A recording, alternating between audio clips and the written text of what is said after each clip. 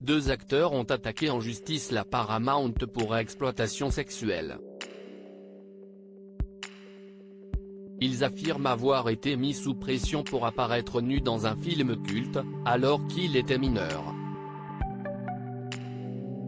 Deux familles, égales en noblesse, dans la belle Vérone, où nous plaçons notre scène, sont entraînées par d'anciennes rancunes à d'Erix Nouvelle.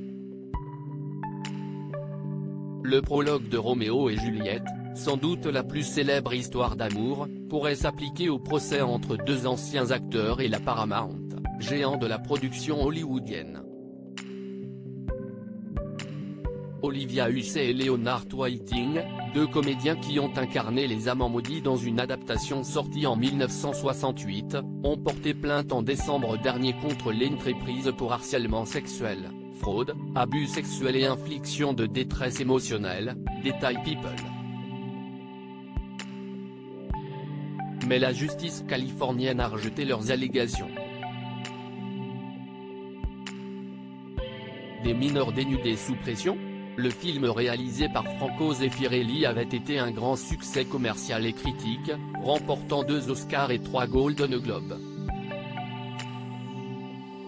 Mais ces deux acteurs accusent le réalisateur et la Paramount d'exploitation sexuelle pour les avoir forcés à jouer nus alors que tous les deux n'avaient pas encore 18 ans.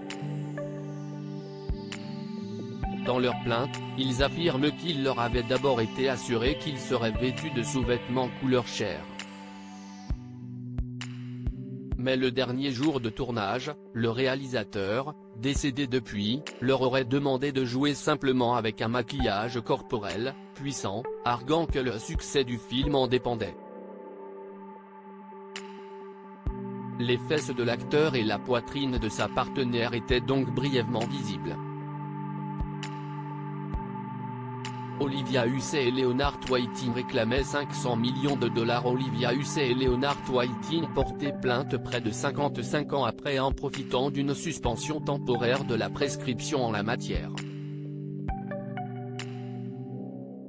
Ils réclamaient 500 millions de dollars, soit les revenus du film depuis sa sortie.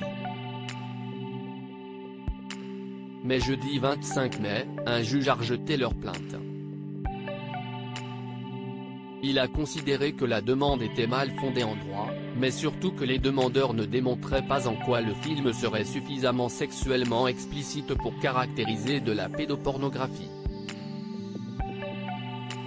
L'avocat des acteurs a sévèrement dénoncé ce jugement, mettant en garde contre l'exploitation et la sexualisation des mineurs dans l'industrie cinématographique.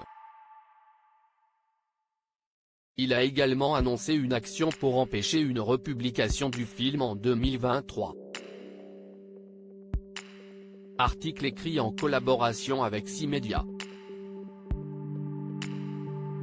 À lire aussi Bardot, Brigitte Bardot a-t-elle réellement été agressée sexuellement par un haut fonctionnaire, comme dépeint dans la série Sur sa vie ?